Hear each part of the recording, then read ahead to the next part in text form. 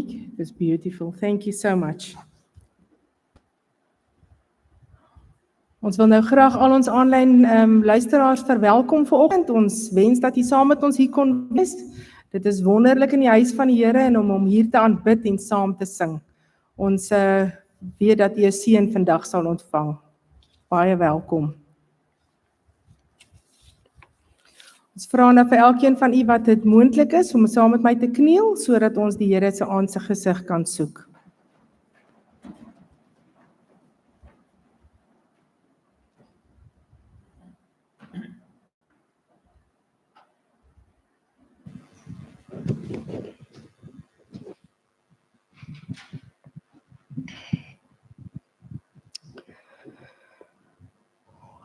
Here ons almagtige God en ons Vader wat in die hemele is. Ons nader die troon van genade vanoggend. U is ons God en ons is u volk. Ons jubel tot eer van u Here. Ons juig oor ons rots by wie ons redding kan vind. Die dieptes van die aarde behoort aan u. Ons is u skape wat deur u versorg word. Here, ons bid vir vergifnis van ons sondes. Ons vra dat u ons sal beklee met geloof en wysheid van verstand, om ons en ons kinders en ons medegelowiges aan te moedig om in geloof u te dien. Want waar daar anders kan ons hulp vandaan kom. Ons hulp is van u wat die hemel en die aarde gemaak het. Here, ons bid vir leraar Morney en sy gesin en dat u met leraar Morney sal wees in sy bediening in hierdie gemeente. Ons wil u dank dat u hom na ons toe gestuur het. Ons bid dat u hom die nodige krag en wysheid sal gee vir die uitvoering van sy take vir die kampvergadering. Maak dit ook nou stil in ons harte, Here, terwyl leraar Morney ons met u woord gaan bedien. Laat u woord op goeie grond val, sodat ons die week die woorde kan oorpyns. Dankie dat u ons in so 'n pragtige plek kan laat aanbid. Here ons verlosser, maak ons gehoorsaam aan u. In die week wat voorlê, bid ons dat u ons sal lei. Laat dit vir ons 'n absolute vreugde wees om u te dien. Here, ons bid vir die leiers van ons land. Ons bid vir ons families en kinders. Ons bid dat u Gees oor ons uitgestort word tot die uitbreiding van u koninkryk. Amen.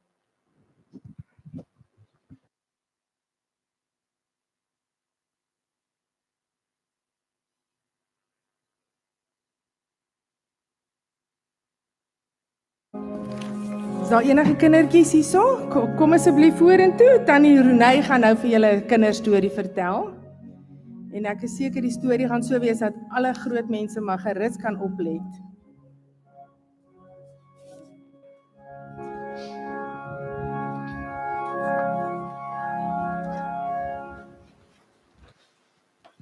Kyk, hierdie kind het mos nou vir my gesing vanmôre, dat die trane uit my oë uitgeloop het. So ek moet eers myself bymekaar kry hier, dat 'n mens nou 'n hele orkes in een mens ingebou het. Is dit nie wonderlik nie?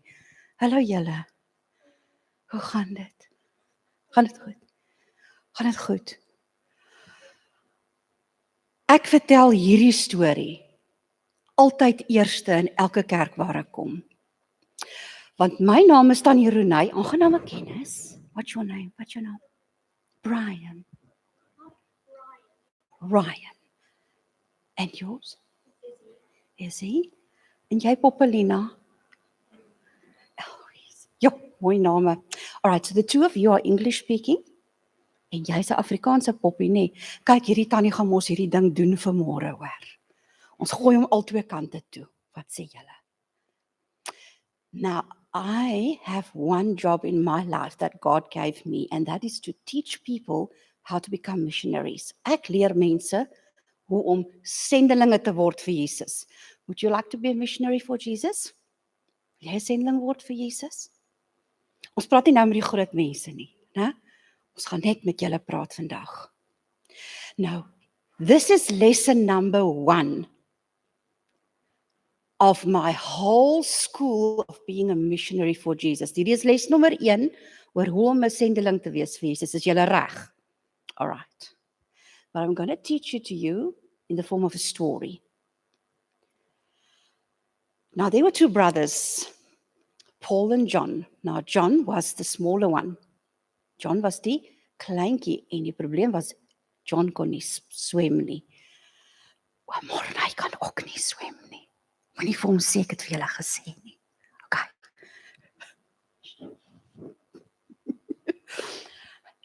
Now, John couldn't swim, but his dad had a boat. And he loved to go onto this beautiful lake where there was a wooden jetty where he would tie the boat to and where you can walk. Do you know what a jetty is? Weet julle wat is dit? Dit is soos 'n houtplatform wat so in die dam inloop en dan maak jy die boot aan hom vas en dan kan jy op die houtplatform so oor die water loop. Water is nou nie onderkant. You can walk across that to go onto the boat so that you don't have to be all wet by the time you get into the boat. Maak dit sin? Okay. Now, Dad was working on the shore and he looked at the older brother and he said, you have to look after John because he can't swim, because both of them were playing right on that wooden jetty. Die twee boeties het gespeel daar op daai houtplatform en pappa het vir hom gesê, julle moet mooi na mekaar kyk want John kan nie swem nie. En pappa is besig om te werk. En wat is die een geluid wat niemand wil hoor nie? Wanneer kinders by die water speel.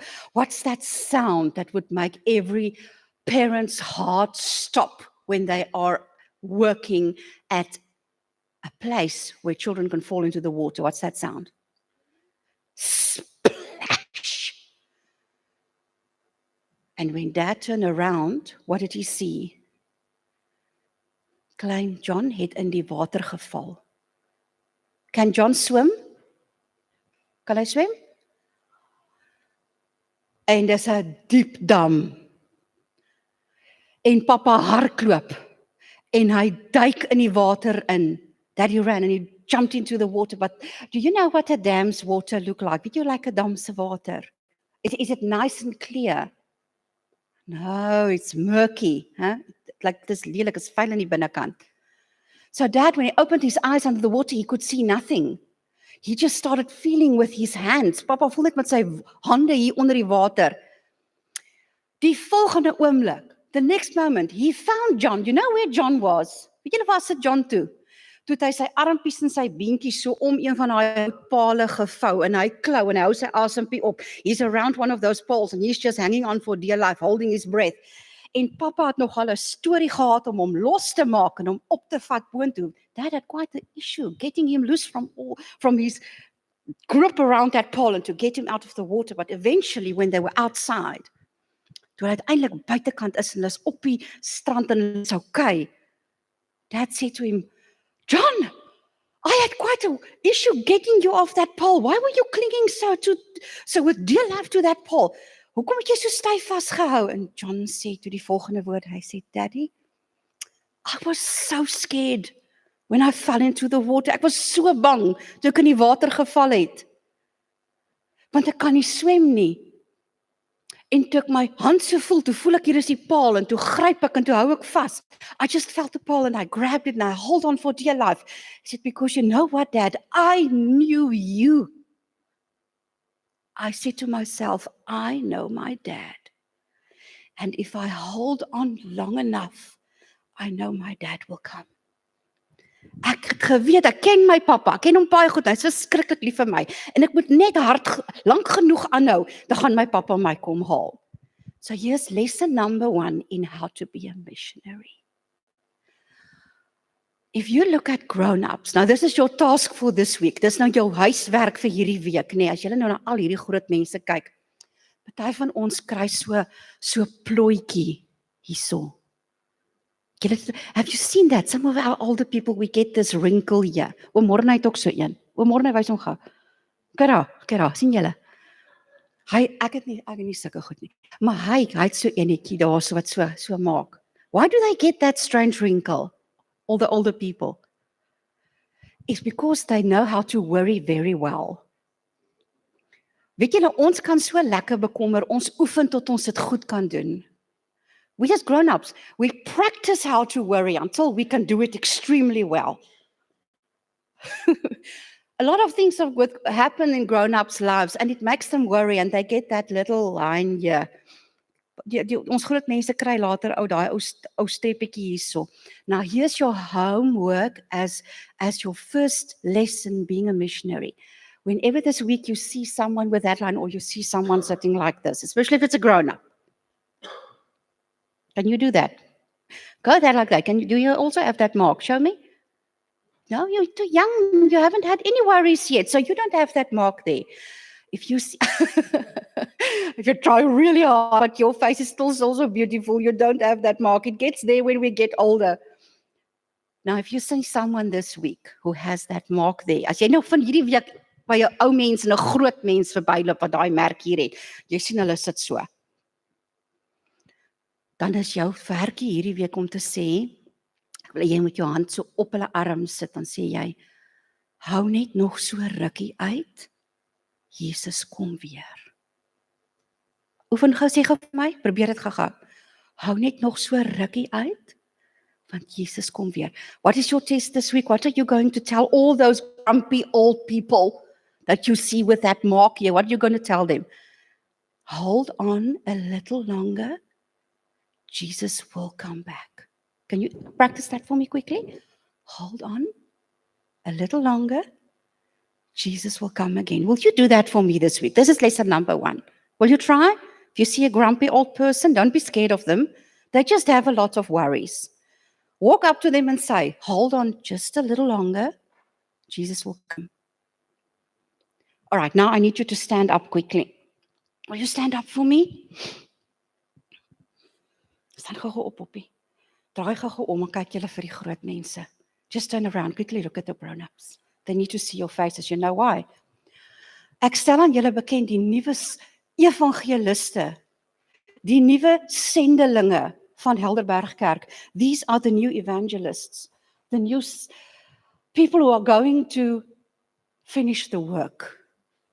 We are not promised a generation after them. Ons word nie 'n generasie na hulle beloof nie. Hulle mag dalk die wêreld se laaste hoop wees, hierdie kindertjies wat hier staan. En hulle gaan op julle oefen hoe om hierdie werk te doen. What are you going to tell them? If you see that mark. Hold on a little longer. Jesus will come back. Okay, dankie julle. Awesome. Kom ons bid gou. Kom bid gou. We're going to pray quickly. All right, let's close our eyes.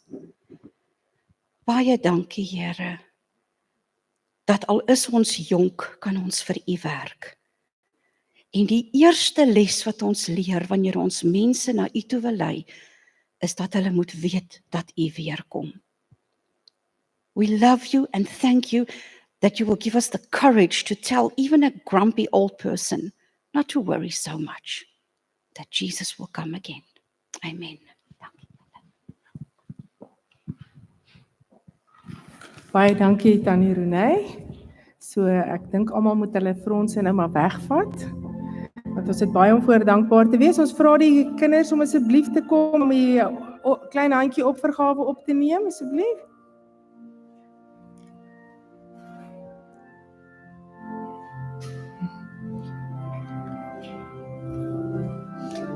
Ons sal nou ons tiendes en opgawes opneem.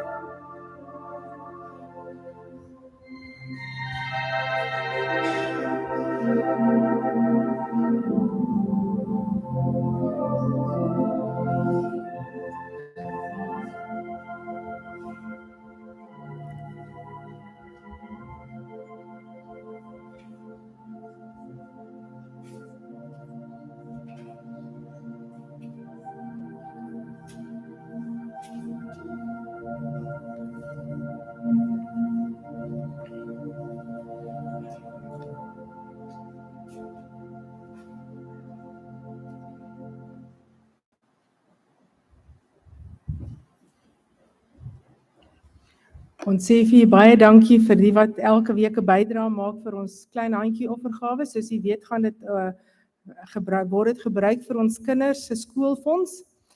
So baie dankie daarvoor. Kom ons buig ons hoofde. Dierbare Here, baie dankie dat ons net 'n klein gedeelte van die wat U ons so mee seën elke dag kan terugbring. Here, wees met ons en gebruik hierdie tot verheerliking van U naam. Ons bid dit in die heilige naam. Amen.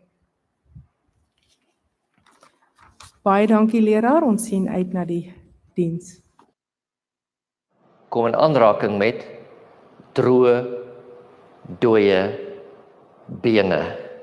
Nou kom ek gou vra ek vir u, wie van u het al, as u gaan stap het, en ons is mos goeie mense wat van die natuur hou.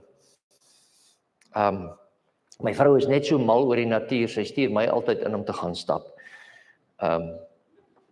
En dan wag sy vir my met 'n glasie koue koeldrank of water as ek terugkom van daar af.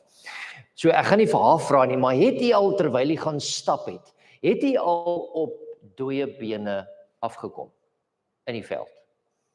Het jy al? Broer Engelbrecht, hoe lyk daai bene? Nog vleis om? Droog, uitgedroog, wat se kleur? Wit, spierwit. As jy so aan hom vat en jy tel hom so op en jy vat jou hand so oor hom na so half poeierig.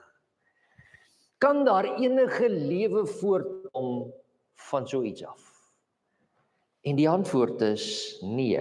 Maar hoekom het daar dan lewe voortgekom as iets raak aan hierdie bene? Wel, jy weet, jy kan teruggaan na die storie toe wat ons kry in 1 Konings hoofstuk 19. Wil ek daar dit vinnig vir u aanhaal. Ons almal ken Elia. Jy weet, ons is nou besig met Elisa. Jy ken vir Elia, né? En as ek vir u vra, wat is bekend van Elia? Dan wonder ek, wat gaan jy sê? As ek moet sê Elia, wat kom in die gedagte op? Ek hoor nie mooi nie. Karmel. Ons onthou alles Karmel. En wat het op Karmel gebeur? As ons teruggaan na die hele geskiedenis van Elia, dan het die Here hom voorberei. Hy het 'n groot bediening gehad, maar die Here het hom voorberei basies vir 1 dag. Om iets te doen. En dit was op die berg Karmel. Dit is om die volk van God terug te bring van afgodediens af na hom toe. En hy het 'n goeie werk gehad. Ons weet voor die tyd het die Here hom by die spruitkrit gehad. En die Here het vir hom na die weduwee van Sarfat toe gevat. En daar het hy goeie werk gedoen en hy was daar onderhou. En toe het die Here vir hom gestuur en gesê, gaan Karmel toe. Nou, ek wil nie oor Elia praat nie, maar op Karmel, wat het gebeur? Die Here het sy gebed beantwoord. In die begin het hy na die koning toe gegaan en gesê, daar sal nie reën wees hier nie, behalwe op my woord. En hy gebid het die Here hom weer beantwoord en daar het 'n groot, ekskuus tog vir die Engelse woord, revival plaasgevind, reformatie plaasgevind en hulle het die Here weer aangeneem. En hier is 6. Wanneer ons op 'n geestelike hoog is, moet ons besop dat ons nie val nie. Want wat het net hierna gebeur?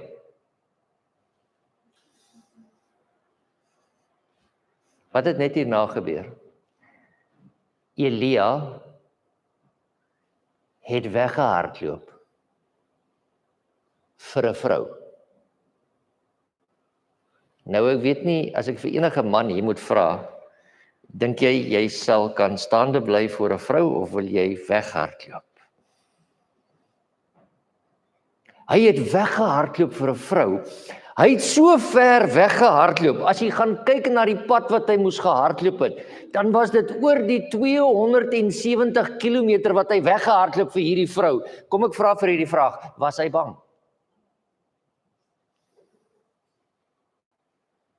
Hy was bang vir hierdie vrou, alhoewel net nadat die Here hom op 'n hoogtepunt gehad het, hardloop hy weg. En uiteindelik toe hy tot stilstand kom, vra die Here vir hom, Elia, wat maak jy hier? Nou ons weet mos almal as ons vir ons kinders vra, wat maak jy hier? Dan beteken dit mos, jy hoort nie hier nie. Jy's nie waar jy moet wees nie.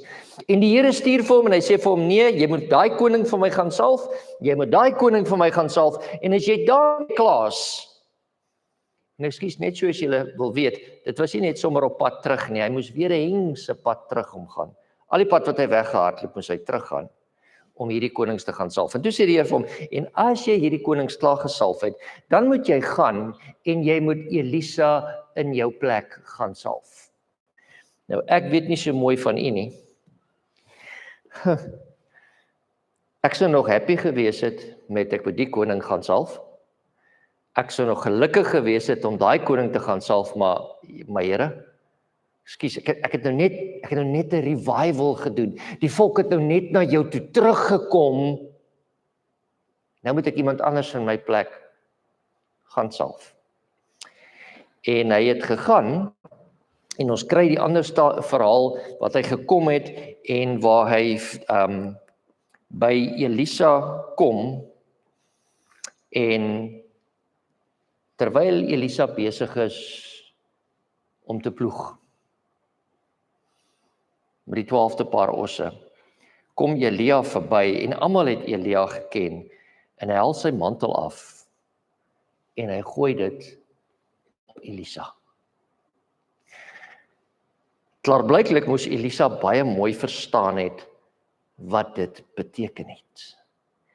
En hy sê daar, laat ek net gou my ma en my pa gaan groet. En Elia sê vir hom, wat het ek met jou uit te waai? Doen wat jy moet doen.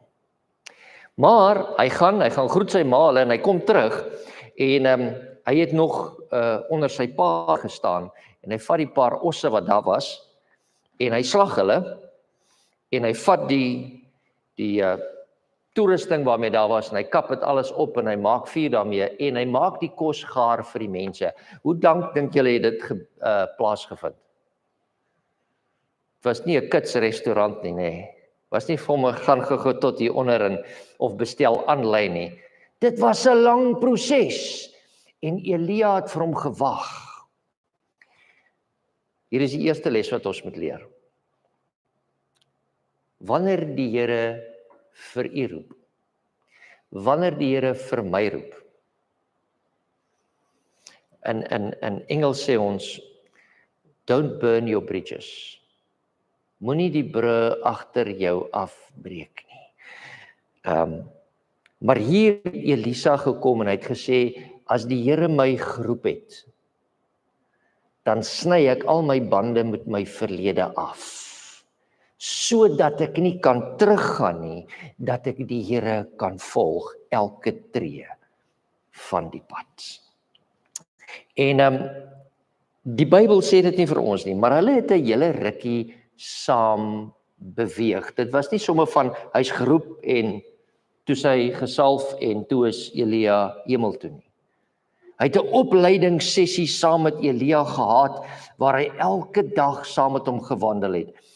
En uiteindelik in 2 Konings hoofstuk 2 sê Elia, ek gaan soontoe gaan, bly jy asseblief hier. En Elisa sê, ek moet saamgaan. Ek gaan nie u alleen los nie, want hy het ook die boodskap gekry dat Elia opgeneem gaan word. En hy bly by hom. En wanneer ons Bybels oopmaak in 2 Konings hoofstuk 2, dan kry ons hier die woorde vanaf kom ons lees van vers 8 af. 2 Konings hoofstuk 2 vers 8. Toe neem Elia sy mantel en rol dit op en slaan op die water. En dit is na weerskante verdeel sodat hulle 2 op droë grond deurgegaan het. Aan die ander woorde, daar vind 'n wonderwerk plaas. Hulle gaan na die volgende vers toe en hulle sê daar vir ons, en nadat hulle deur was, sê Elia vir Elisa. Nou hier, as jy nou die hele tyd nou nie aandag gegee het nie, 'n bietjie rustig ingedit het, is dit nou die tyd om op te let. Elia sê vir Elisa, begeer wat ek vir jou moet doen, voordat ek van jou weggeneem word, begeer wat ek vir jou moet doen. Elkeen van ons het sekere behoeftes in die lewe. Elkeen van ons, as ek by jy kom of iemand anders kom by jy en sê, wat is daar waarvoor wat ek vir jou kan bid? Dan het elkeen van ons 'n ander idee. Bid vir my kinders. Bid vir my werksomstandighede. Bid vir my finansies. Elkeen van ons het 'n ander uitdaging wat ons na die Here toe wil bring. En baie keer konsentreer ons so oor die dinge wat ons nodig het, laat ons nie konsentreer op dit wat ons nodig het nie, of moet ek eers sê, wie ons nodig het nie. Elisa antwoord, laat dan tog 'n dubbele deel van u gees op my kom.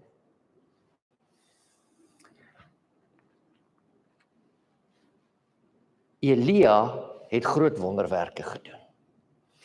Elia het 'n weduwee se seun uit die dood uit opgewek. Alles deur die krag van die Here, ja, maar hy het dit gedoen. Daar was nie iemand in Israel wat so 'n groot mag en krag gehad het deur die teenwoordigheid van die Heilige Gees in Elia se lewe as hy nie. En hier kom Elisa en hy sê, laat daar 'n dubbele deel van die Gees van God wat op jou rus, op my rus. Geliefdes, ons moet ons prioriteite agter mekaar kry. En ek weet al van, ek dink donkies jare voor dit af, maar ek weet van die jaar 2000 af, het ons met Global Rain begin om te bid vir die uitstorting van die Heilige Gees as 'n kerkgemeenskap. En dit is nou al 25 jaar terug, gelukkig is dit 'n maklike som vir my om te maak. En tog wag ons nog steeds vir die uitstorting van die Heilige Gees, maar baie keer kom ons en ons stel iets anders in die plek van dit wat ons nodig het. Nou weet jy wat? Kan ek vir die 2 aanhalings lees? Die ene het ek vry vertaal, die ander ene het ek net so uitgehaal. Gospel Workers, bladsy 285. Luister hier. Ons kan nie die Heilige Gees gebruik nie. Het jy daai ene? Ons kan nie die Heilige Gees gebruik nie. Die Heilige Gees moet ons gebruik. Die Gees moet ons gebruik. Deur die Gees werk God in sy kinders om te wil en te doen na sy welbehae. Maar baie sal hulle nie onderwerp om gelei te word nie. Hulle wil hulself bestuur. Dit is waarom hulle nie die hemelse gawe ontvang nie. Ekskuus, kan ek net gou daar ophou lees? Hoekom ontvang ons nie die Heilige Gees nie? Waar ons wil die Gees bestuur, soos wat ons dit wil hê. Ons wil nie toelaat dat die Gees ons bestuur nie. Die aanhaling gaan verder. Slegs vir diegene wat nederig op God wag, wat op die uitkyk is vir sy leiding en genade, is die Gees gegee. Hierdie beloofde seën, opgeëis deur geloof, bring alle ander seëninge met hom saam. Hier's die geheim. Hier's die geheim. As ons vra vir die leiding van die Heilige Gees in ons lewens, dan hoef ons nie vir al die ander dinge te vra waarvoor ons op ons knieë gaan die heeltyd en Here voorsien vir ons in hierdie en voorsien vir ons in daai en ons het hierdie nodig en ons het daai nodig en ons het daai nodig nie. Want hy sê as ons die Gees het, wat gaan gebeur? Al die ander seëninge sal daarmee saamkom.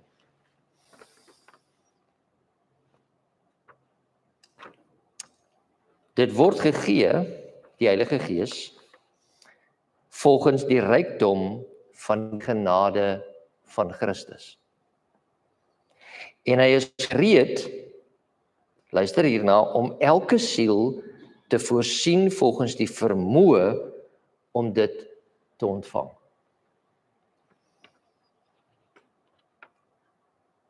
Nou wil ek amper sê amen. En ek wil gaan sit. Die Gees word aan ons beskikbaar gestel in 'n baie hoë mate. Maar dit wat ons in ons lewens ontvang, is dit waarvoor ons onsself oopstel, sodat die Heilige Gees ons kan gebruik. Handelinge van die Apostels, bladsy 50. Indien die vervulling van die belofte nie na wense geskied nie. As ons dink die Gees manifesteer nie in ons lewens soos dit moet nie, manifesteer nie in die kerk soos dit moet nie, is dit omdat dit nie behoorlik gewaardeer word nie. Indien almal gewillig was, sou almal met die Gees vervul word. Soos dat Corrie nie net seker is nie. Almal. Orals waar min aan die behoefte van die Heilige Gees gedink word, daar is geestelike droogte, geestelike duisternis, geestelike verval en geestelike dood. Wanneer minderwaardige sake die aandag in beslag neem, ontbreek die goddelike krag wat so noodsaaklik is vir die groei en voorspoed van die kerk. Die krag wat elke ander seën met hom meebring, ondanks dit in oneindige oorvloed aangebied word.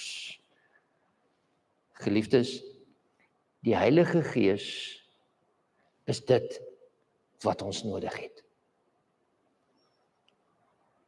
Vergeet van kennis. Vergeet van om profeseë te verstaan. Vergeet van om goed voor mense te kan praat. Vergeet daarvan om goeie administrasie te doen. Die woord sê, ons het die Gees nodig, want dan sal hy ons lei in al die ander dinge wat ons nodig het. Kom ek sê vir u wat, net so om vir u te bewys, dat Elisa 'n dubbele seën ontvang het. As ons na die skrif kyk, en ek kan reg onthou, dan het Jesus 38 wonderwerke verrig, wat vir ons opgeteken is. Ek glo dis baie meer, maar dis wat vir ons opgeteken is. Die een wat die naaste daaraan kom, is Elisa. 19 keer is daar 'n wonderwerk opgeteken wat hy verrig het, deur die dubbele porsie van die Gees van God wat hy ontvang het. En hier is die kruks van die verhaal. Sy laaste wonderwerk, nommer 19. het hy verrig toe hy dood was. Die ander 18 het hy gedoen toe hy lewendig was. Nou, jy weet wat? Galasiërs 2 vers 20 sê Paulus, ek leef nie meer nie. Ek is gekruisig. Met ander woorde, geliefdes, hier kom die les vir ons in. Ons moet dood wees vir onsself, sodat ons lewendig kan wees vir Christus, sodat wanneer ander wat ook dood is, lewendig kan word, omdat ons dood is vir onsself, maar lewendig is vir Christus. In hierdie verhaal het ons gesien dat daar 'n man lewendig geword het om aan dooie bene te raak. Letterlik. Maar ons het die voorreg dat wanneer ons in Christus sterwe, dat as ander met ons in aanraking kom, kan hulle geestelik lewendig word. Hier is my vraag vir u vanmôre. In u alledaagse handel en wandel, mense wat geestelik dood is, wanneer hulle met u in aanraking kom, bly hulle soos hulle is, of word hulle geestelik lewend? Kry hulle 'n tweede kans om hulle verlosser te aanbid, al dan nie? My hoop is dat u en ek sal begeer om ook 'n dubbele porsie van die Heilige Gees in ons lewens te hê. Nie vir onsself nie, maar sodat ander, wanneer hulle met ons in aanraking kom, en die een wat Jesus Christus is, wat deur ons lewe, dat hy ander se lewens kan aanraak, sodat hulle geestelik lewendig kan word. Geliefdes, elkeen van ons kry elke dag 'n keuse, hoe ons daardie dag gaan leef. Maar nie net elke dag 'n keuse nie. Ons kry elke dag soveel kansse om te kan kies. Kom ons kies en te sê, Here, gee vir ons 'n dubbele porsie van u Gees, sodat ander deur my lewe lewendig kan word. Dit is die manier hoe ons die werk gaan klaarmaak het. Ronay het vir die kinders gesê, hulle moet sendelinge wees.